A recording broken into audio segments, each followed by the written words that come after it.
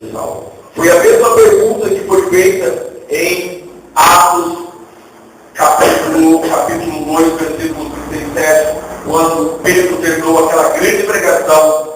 3.000 pessoas, 3.000 homens ali aceitaram, sem contar as mulheres. E aí eles fizeram a mesma pergunta. E agora, irmãos, o que fazemos? O carcereiro ele fez a boa pergunta. E nós agora? O que nós estamos fazendo? O que você está fazendo? O que nós devemos fazer nas nossas vidas? Diante dessa realidade de liberdade de prisão. De liberdade de prisão. Muitas pessoas estão presas no pecado. Muitas pessoas em Cristo Jesus verdadeiramente estão livres. Segundo lugar que ele fez, imediatamente após ele ter dito isso, o carcereiro de Filipos, ele foi batizado. O carcereiro de Filipos aqui, o que nos diz?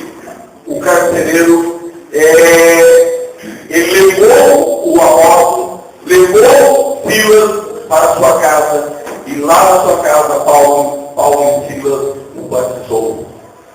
E também, juntamente com a sua casa, juntamente com os seus filhos, a sua esposa, toda a sua família. Uma outra coisa aconteceu aqui com esse homem. Esse homem, ele agradeceu pelo que tinha acontecido. Esse homem, ele agradeceu de que forma que ele agradeceu? Deu um banquete. Ele deu um banquete para Paulo e Silas. Ele deu um banquete para aqueles homens ali. Por quê? Porque aconteceu algo na vida dele que até então, com todo o conhecimento, com a profissão que ele tinha naqueles dias, esse homem, até naqueles dias, ele não tinha o conhecimento que ele precisava para a salvação dele. Hoje, amados, não é diferente nos nossos dias. Hoje não é diferente nos nossos dias a grande revolução. A grande revolução que aconteceu na vida desse carcereiro. O terremoto que aconteceu. Quantas pessoas hoje que após a conversão acontece o que aconteceu ali naquele dia, na vida daquele carcereiro, naquela noite, melhor dizendo, altas horas da noite. Aconteceu um grande terremoto. Quantas pessoas, quando aceitam o Senhor Jesus Cristo, acontece uma reviravolta tão grande na vida da pessoa. Acontece uma reviravolta na vida dessa pessoa que ela tem que começar a tomar decisões. Que ela tem que tomar decisões. E o carcereiro, mesmo sabendo que o cristianismo, naquele primeiro século, caso ele aceitasse o cristianismo, ele seria perseguido, ele perguntou ao apóstolo Paulo, o que devo fazer para ser salvo? A perseguição da igreja, ela durou mais ou menos ali 280 anos. A perseguição da igreja cristã, ela terminou em 313 com o imperador Constantino. Durante muitos anos, a igreja cristã ela foi perseguida, os cristãos foram colocados nas arenas, foram mortos, foram devorados por leões, serviram de fogueiras, colocavam piche naqueles cristãos ali, queimavam a noite toda. Mesmo assim, aquele carcereiro, ele aceitou o Evangelho. Quantas mudanças que tem que acontecer na vida de cada pessoa para ele aceitar o Evangelho? Por que nós viemos todo domingo à igreja?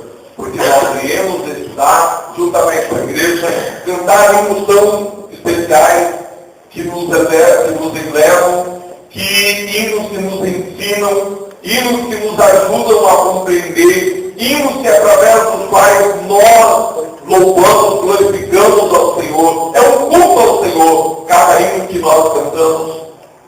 E nós aprendemos Então, domingo após domingo, na igreja do Senhor, nós nos abastecemos da palavra cantada e pregada para nos prepararmos para uma outra semana, para nos prepararmos para sermos pessoas, homens e mulheres diferentes no nosso dia a dia. Foi o que aconteceu na vida desse carcereiro. Ele não teve medo de ser, a partir de então, mesmo sabendo que Paulo estava preso exatamente por causa do Evangelho. Mesmo sabendo que Paulo estava preso por causa daquilo que ele falava, daquilo que ele pregava. Mas ele viu o que aconteceu ali. Ele quis experimentar. Quando Paulo falou que ele precisava ser batizado, o carcereiro de Filipos aceitou o batismo.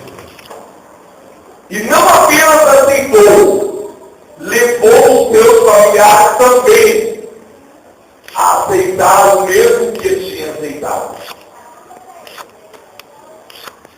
O que é isso? É só o Evangelho que é capaz de causar, de mudar, de transformar vidas como a minha e como a sua. Você era um homem, você era um bom homem antes de aceitar o Evangelho.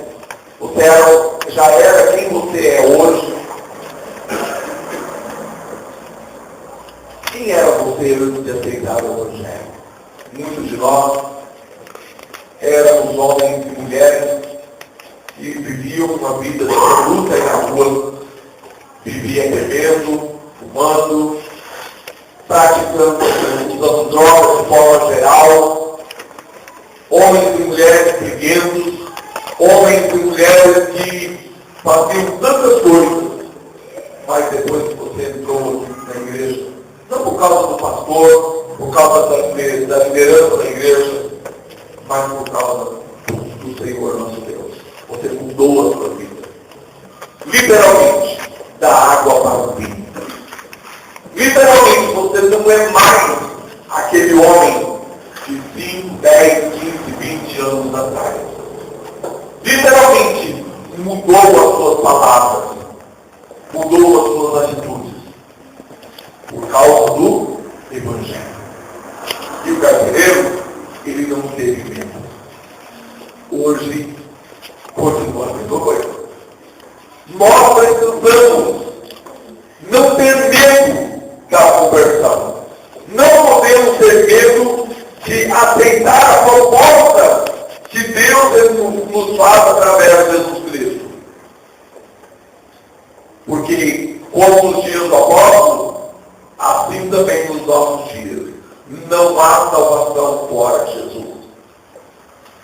A salvação humana, a proposta de Deus, desde o começo da humanidade até os nossos dias, vai continuar sendo Jesus.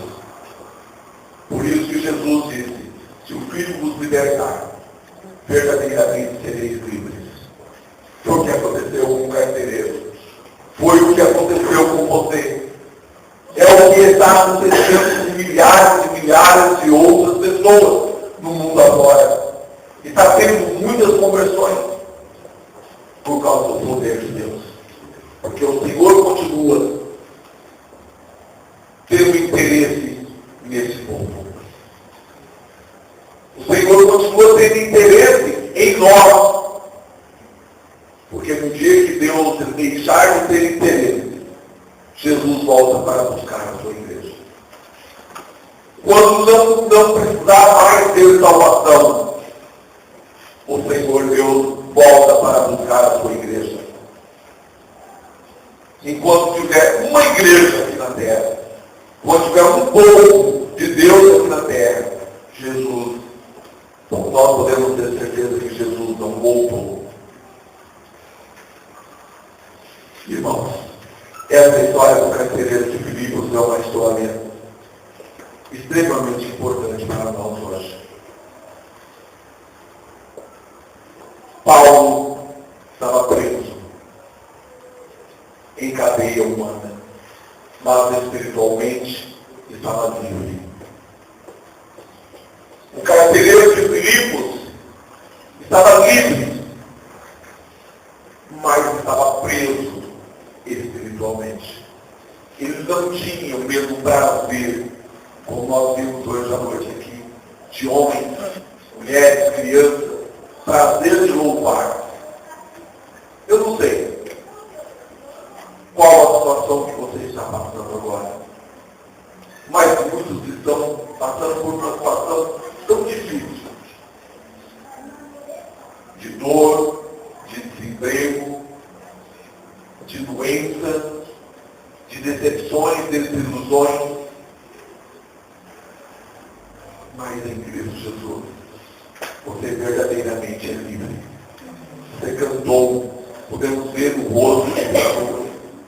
Como é bom. Como é bom ver pessoas que enfrentam tantos problemas no dia a dia soltar o seu espírito e em alguns momentos chorar diante da presença de Deus. Em alguns momentos esquecer dos problemas e lembrar, Jesus entra na minha vida. Paulo e Silas, eles estavam numa situação, irmãos. Eu não sei qual seria a sua posição ali. Talvez estaremos brigando com Deus. Poxa vida, Deus, eu sou um pregador, eu sou um apóstolo, eu prego o seu evangelho por tantos lugares, Deus, e agora eu estou preso aqui. Por que, Deus? Por que o Senhor está fazendo isso comigo? Não é possível, Jesus. Eu larguei tudo, Jesus, para te seguir. Eu fiz tantas coisas, Jesus. Mas ao invés de tomar essa atitude, Paulo e Silas louvaram. Louvar não é reclamar. Louvar é exaltar. Louvar é você reconhecer quem é Deus e quem é você. Louvar é eu me colocar no meu lugar e dizer, Deus, o Senhor está no seu lugar. E eu te louvo por isso. Eu te glorifico. O Senhor é o meu Deus, é o meu pastor. Sabe, irmão? É uma história. É a história dos filhos de Deus. Nesse momento, eu e você estamos escrevendo a história do povo de Deus aqui em Itapá. Qual é a história que nós estamos escrevendo? A história de murmuradores? Ou história de homens e mulheres que, no meio das desventuras da vida, louvam? Temos motivos para louvar.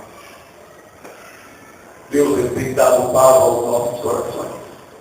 Nós somos diferentes. Nós verdadeiramente somos livres em Cristo Jesus. Isso não é uma história que a Bíblia criou. É real. Somos livres. Livres para adorar. Livres para estar diante da presença de Deus fazendo o que fazemos. Livres para louvar o Senhor aqui, como diz o hino, né? E na eternidade. Como diz o hino de uma forma tão gostosa. Né? Louvamos aqui e vamos continuar também louvando na eternidade.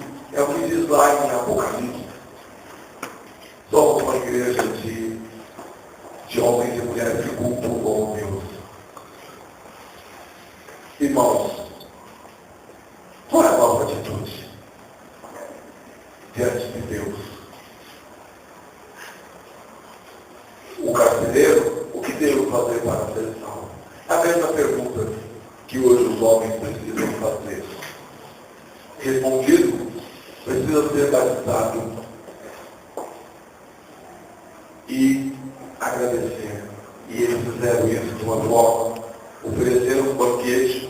Então, levando-os para a sua própria casa, lhes pôs a mesa e com todos os seus manifestava grande alegria por terem criticado, por terem crido em Deus, por terem crido em Deus. Até agora, ele queria queria se matar. Sério, ele queria se matar. Agora já tinha grande alegria. Que Deus, Ele nos abençoe. Que Deus, Ele nos oriente.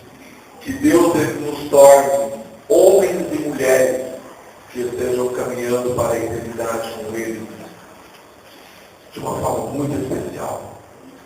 Que nós sejamos adoradores aqui, para continuarmos sendo adoradores também na eternidade. Somos adoradores aqui.